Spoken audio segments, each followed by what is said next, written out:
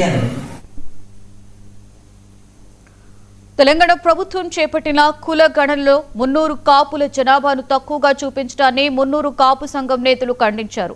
రాష్ట్రంలో తమ జనాభా 30 లక్షలకు పైగా ఉన్నప్పటికీ కేవలం 13.80 లక్షలుగానే నమోదు చేయడం అన్యాయమని ఆగ్రహం వ్యక్తం చేశారు. రాష్ట్ర వ్యాప్తంగా గ్రామ స్థాయి నుండి ప్రత్యేక కమిటీలతో ఇంటింటికి వెళ్లి కాపుల జనాభాను తామే లెక్కించుకుంటామని చెప్పారు.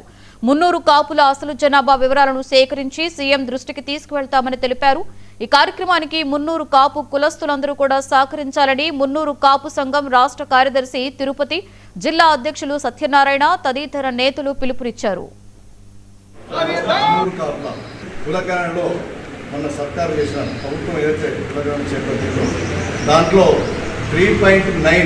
మున్నూరు కాపు వాళ్ళు 3.9% మాత్రమే ఉన్నారు అని చెప్పి కులగణనలో చూపెట్టిన తర్వాత మా కుల సంఘం పెద్దలందరూ కూర్చొని ఇది కరెక్ట్ కాదు, మా సంఖ్య ఎక్కువ ఉన్నది, ఇది ఒరిజినల్ సంఖ్య కాదు, నిజమైన సంఖ్య మేము తెలుస్తామని చెప్పి ఒక నిర్ణయానికి వచ్చి ఒకే సంఘం, ఒకే కులం, ఒకే సంఘం అధ్యక్షుడిగా కుట్టం పురుషోత్తం ఎన్నుకోవడం జరిగింది.